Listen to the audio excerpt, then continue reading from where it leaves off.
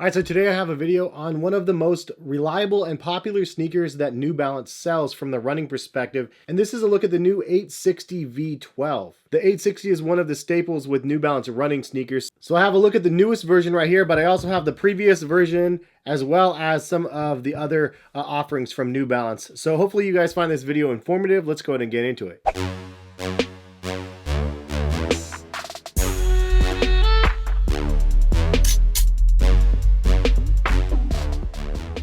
What is going on, guys? Hes here. Hopefully you guys are having a good day out there. If you guys are new to my channel and you guys enjoy sneakers as much as I do, please consider subscribing. And if you haven't used my website, Collective Kicks, I post a bunch of sneaker deals for you guys on a weekly basis. So go over there and check it out in the description of the video as well. If you guys are interested in shopping some of the offerings that I'm going to show you guys in this video, again, check the link in the description and you can go over to New Balance's site and shop around. This one's not quite available yet. It's going to be available in, I think, late October or November. But it's a really nice pair of New Balance running sneakers. And I can see why people call this like the workhorse or the daily trainer. Now, as you can see out here, I have quite a few other running sneakers that I will kind of just give a loose comparison to. But really, this is the $135 pair of running sneakers that I think most people will go to instead of some of the higher or the lower end models. The price point and the offerings in this sneaker is really like that sweet spot for New Balance consumers out there. So traditionally, the 860 is actually kind of the stability runner. Again, the workhorse shoe, the daily trainer, the go-to everyday sort of running pair of sneakers that New Balance offers. To confuse you guys a little bit more, we have two other offerings from New Balance. We have the 680s, not to be confused with the 860s, and then we also have the 880s. So that's right, 680, 860, 880. It gets confusing because they have a lot of different models out there, but they have different versions of each of those models as well. As I mentioned, this is the V12, this is the V11, this is the 1080 V12, and this is the Rebel Fuel Cell V2. The only one out here that's a fuel cell shoe, not fresh foam. And they have a whole lineage of fuel cell sneakers as well, which I've done a fuel cell versus fresh foam video comparison already. If you guys missed that one, you guys should go check it out on my channel. But to get a comparison out of the way between these two, this is the 880 versus the 860. The 880 is more of the neutral runner. The 860 is more of a stability runner. And the 680 is actually very similar to the 880. The difference is the price point. This one has a little bit less premium materials. The 680 retails at $100. The 880 retails at $130. The upper and the cushioning around the tongue and the collar of the shoe is a little bit more premium on the 880s versus the 680s. And the biggest difference is that the 880 actually features Fresh Foam X versus the 680s that uses the regular Fresh Foam. Sometimes it's a little bit confusing on New Balance's site because some offerings that actually have Fresh Foam X are labeled as Fresh Foam on their site. However, if you look at the insole, you can see the Fresh Foam with the X on the insole. That's definitely the indicator that Fresh Foam X is being utilized versus when they say just regular Fresh Foam, it doesn't have the X in the corner. That means it's just a regular Fresh Foam. So to recap, neutral runner, $100 price point, a little bit cheaper, $130 price point neutral runner. Now you move up to the 860 V11, that's $130 versus the 860 V12, that's $135. And there's some similarities between these two models. Primarily the midsole and the outsole traction look pretty much identical. However, the big difference is the upper of the shoe. The V11s are actually available on New Balance's site right now if you guys are interested in getting a pair at $130. This is, again, the everyday trainer that people go to for stability. It's the one that sells the most, I believe, on New Balance's site from the running shoe perspective. In my opinion, it's kind of like that Nike Pegasus lineage for Nike because this is like the go-to training shoe for runners out there. It's not too soft, it's not too firm. The upper and the lockdown and everything is nice on the shoe. And it's a fairly lightweight runner, but it's very breathable and most importantly, very durable. So I think that's why they call it the workhorse trainers, because it's very, very durable and primarily because of that outsole is super, super thick. Now, some people might actually prefer the V11 over the new V12, but it honestly just depends on your personal preference. The heel cup on the V11 is a little bit different, as you can see. It has that sculpted heel cup that's very similar to the 1080 V11. I personally prefer this. I really, really like the style and the look of the sculpted heel cup, but some people have said that they do have a little bit of slippage right here with the heel. So maybe that's the reason why the New Balance decided to go back with more of a traditional look and a very well padded version on the V12. A couple other things that they did differently. The upper mesh is actually nice. It has a little bit more of a looser gauge mesh up at the top section of the shoe. And then also on the tongue, it's very well padded around the tongue. You do have a rubberized logo right here that shows the Fresh Foam X 860. And to add a little bit more stability to this version, they added the embroidery around the upper of the shoe. When you lock it down, it's supposed to be able to hold down a little bit better because of that. Other than that, the outsole and the midsole is very much the same. And as I usually say, if it's not broke, don't fix it. I feel like this is like one of those perfect midsoles for people that just want a no-nonsense pair of running sneakers. They don't want the most ultimate crazy soft squishy sneakers out there. They don't want something that has a carbon fiber spring-loaded craziness. They just want a daily performer that they can go wear and run in, and maybe it's an all-around shoe as well. Like, this is one of those shoes that I could see being like a catch-all for everything. It's firm enough that you could use this for gym, running, grocery store runs, everything that you want to do. I feel like this is one of those shoes that can get the job done. And so they didn't change that for the newer version. The midsole, outsole is the same. Now, one thing that I heard that I'm not 100% sure on either version, maybe somebody can confirm it in the comment section. I heard somebody from New Balance saying that this is actually a dual density foam, meaning it actually has fresh foam on the top layer here, but the other layer is actually fuel cell. And I was like, wait a minute. I did not see any talk of fuel cell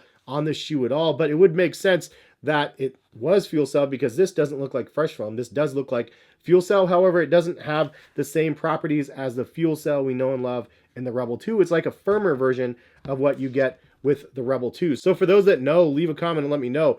It sounds like this is like different formula of fuel cell than what we get in the other model. But I did hear somebody say fuel cell and dual density, meaning two foams, fuel cell and fresh foam, X in the midsole of this shoe. And that would also be something that differentiates it from the 880 is the fact that you have that dual density foam versus this one obviously just has fuel cell. Now, speaking of the Rebel V2s, these things are insane. It depends on what you want for your feet. I mean, obviously everybody's feet's different and you could have different types of footwear for different types of things that you're looking for.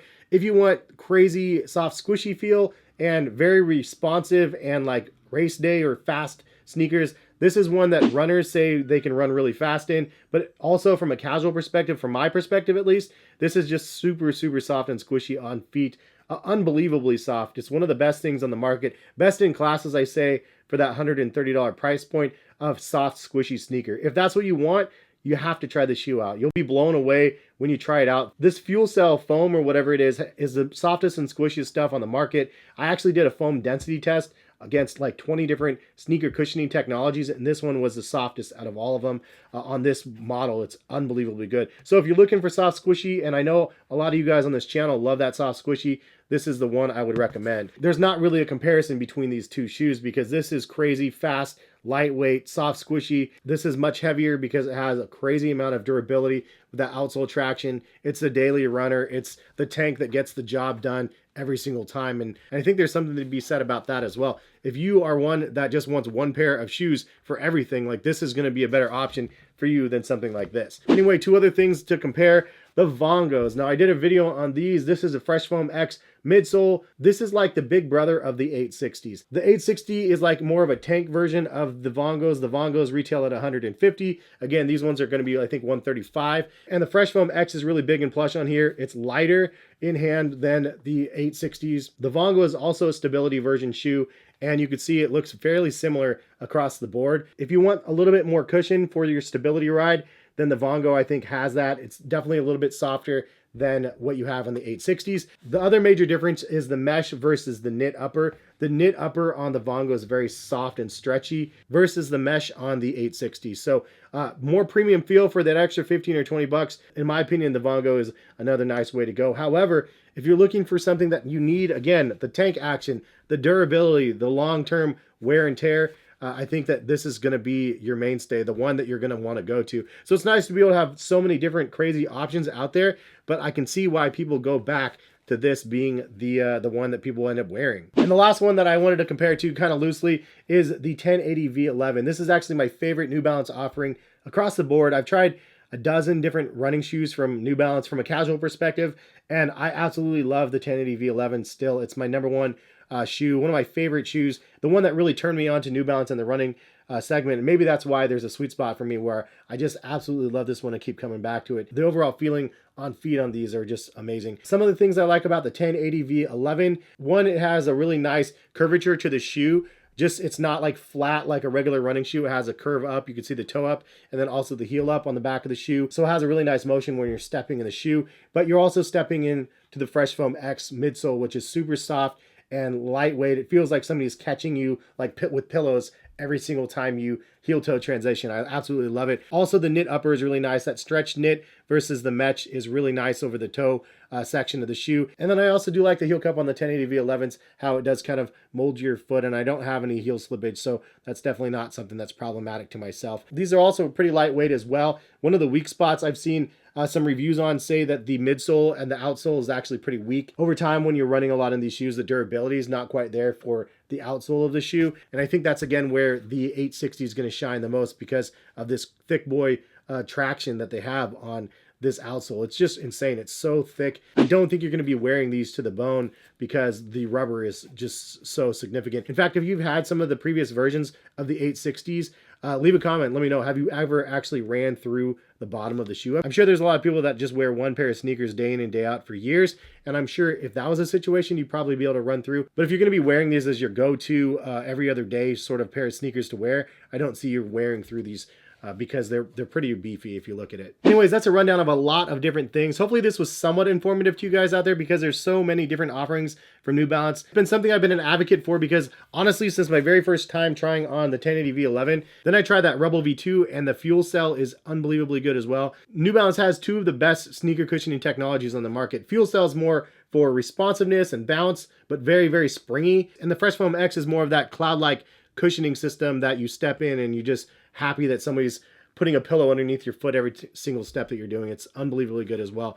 So I really like what New Balance has been doing with their sneaker offerings. And so it's fun for me to be able to do a review on a pair of sneakers like these because this is the tried and true version. The 860 V12 means they've had 12 different versions to improve upon them all, every single version. And now we have the V12 coming to you guys soon. And I think you guys are going to really like what they ended up offering. It takes what you liked about the V11 and just elevates it that much more for comfort, fit, and stability. I think you guys are going to really like the V12. The other thing that I wanted to mention for you wide feet boys out there like myself, basically they offer wide versions across the board pretty much on mostly all of their sneakers. I personally love the fact that there's wide feet offerings because you just never know if a shoe is going to be too narrow. Like this is a shoe that I really love, the Rebel V2, but I definitely needed a wide version versus the regular one. Just the wide feet one makes it that much better for my feet. So I like that they have wide feet offerings for you guys out there looking. But again, coming soon, October, November time frame. Stay on the lookout for these. If you guys want to try the previous version, it's definitely really good as well. And all of the other offerings out here are exceptional as well in their own right. My go-to, the 1080. If I want something even softer or bouncier, I go with the Rebels. Super lightweight, by the way. Some squishy cushion with a little bit more stability, you go with the Vongo. And if you just need a neutral daily, you go the cheaper route with the 680s or the more expensive 880s. But leave a comment, let me know in the comment section, which New Balance models have you tried? Which ones have you liked? Which ones have you disliked? Curious to see what you guys say is your go-to and maybe the reasons why. Do you like the Vongos because of the stability? Do you like the Fuel Cells because of their lightweight? Like, what do you like? Leave a comment and let me know. And appreciate it. If you guys have any suggestions for other videos talking about any of the other sneaker models from New Balance, running specifically, and any questions that I can help you answer, leave a comment and let me know, and I'll be monitoring that for some future videos. But thank you guys for stopping by and watching. Again, if you guys want to buy the previous version or some of the other offerings out here, check the link in the description. Have a good rest of the day, and hopefully we'll see you back for some more videos. All right, peace, guys.